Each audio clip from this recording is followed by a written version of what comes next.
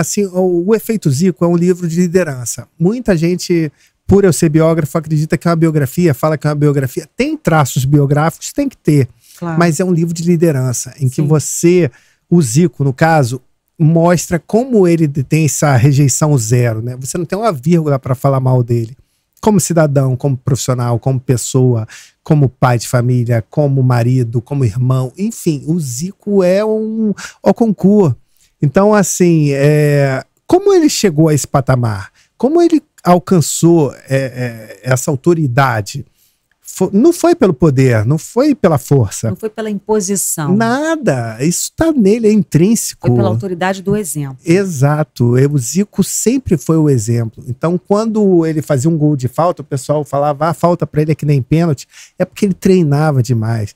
Então, às vezes o treinador terminava um treino, o pessoal ia pro, tipo o Renato, que jogava junto com ele no Flamengo, ia pro vestiário, se preparar para ir pra night. Tanto é que hoje é chamado de Renate.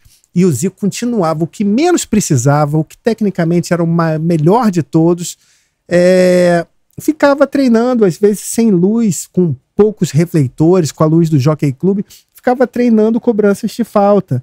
E aí o jogador saía do vestiário, aí acabou o treino, saía do vestiário, indo pra noite, e via ali o Zico, mais velho de todos, com o joelho avariado e não sei o que, e treinando. Quer dizer, ele mostrava no exemplo o que deve ser feito.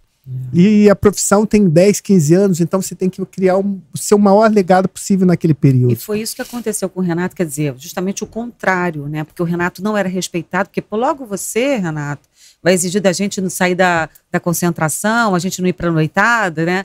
Porque a palavra convence, mas o exemplo arrasta. Exatamente, o exemplo do Renato serviu para outros jogadores se perderem na profissão. Né, achando que a vida é isso, que é você... Até hoje a gente vê grandes craques, que eu não gosto nem de chamar de ídolo. Porque ídolo você tem que ser assim... Ídolo é o Zico. Se o meu filho falar, cara, aquele cara é meu ídolo, eu não gostaria, por exemplo, que uma criança falasse, o Neymar é meu ídolo, sabe? Porque você vê fora de campo os exemplos que ele tá dando. Então, assim, o Zico, fora de campo, você tá vendo os exemplos que tá dando. O Ayrton Senna, fora de campo, você viu os exemplos que dava.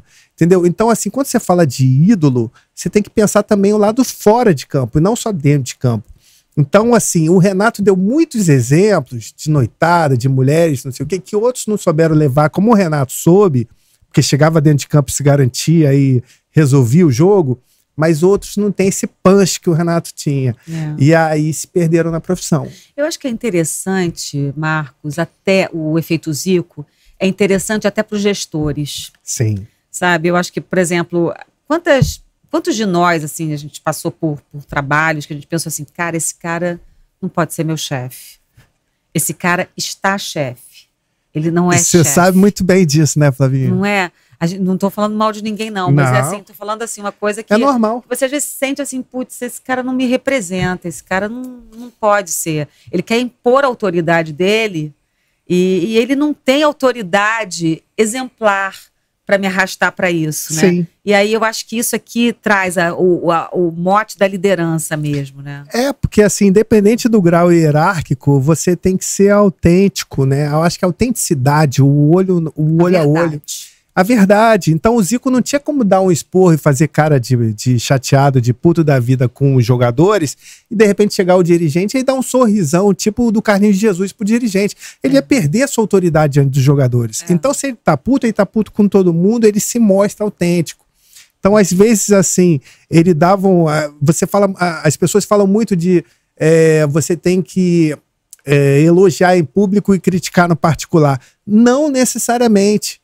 Quando o Zico pegava uma estrela do time e criticava em público, essa estrela baixava da crista da onda e se colocava no mesmo lugar que os outros, que não são estrelas.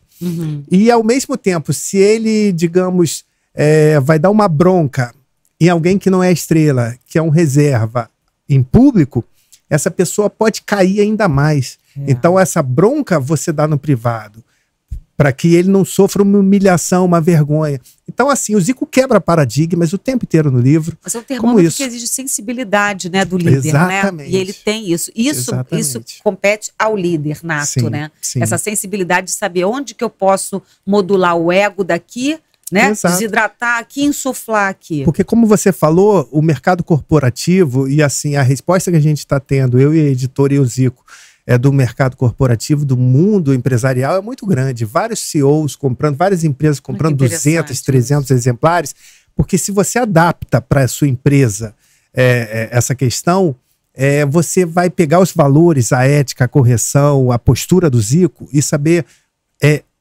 enquadrar no seu local de trabalho. O importante de tudo é você saber gerenciar, saber gerir um time. E para quê? Para que tenha um ambiente saudável onde todos trabalhem sorrindo. Esse é o ponto fundamental da coisa. E o Zico mostra, com 5 décadas no futebol, como jogador, como técnico, como auxiliar, como presidente de clube, presidente do sindicato, como ministro dos esportes do Collor, o Zico pontua. Ele foi do Collor, né? Exatamente. E saiu incólume. Pois e saiu sem imagem arranhada. Sem imagem arranhada, apesar de ter sido no governo Collor. Então, tudo que ele angariou de informações, de aprendizado, ele está sendo generoso com o público de disseminar esse conhecimento.